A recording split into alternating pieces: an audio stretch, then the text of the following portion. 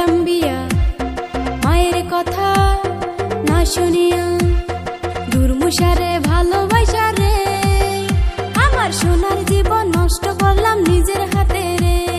মানুষের বউয়ে দেখি কত কষ্ট করে, পুরুষের সমান সমান খেতেও কাম করে, সুখে থাকতে ভূতে কিলাই রে। ইটের ভাটায় নিয়া তরে কাম করা মোরে, ওরে সুখে থাকতে ভূতে কিলাই রে। ইটের ভাটায় নিয়া তরে ইট বানামু রে।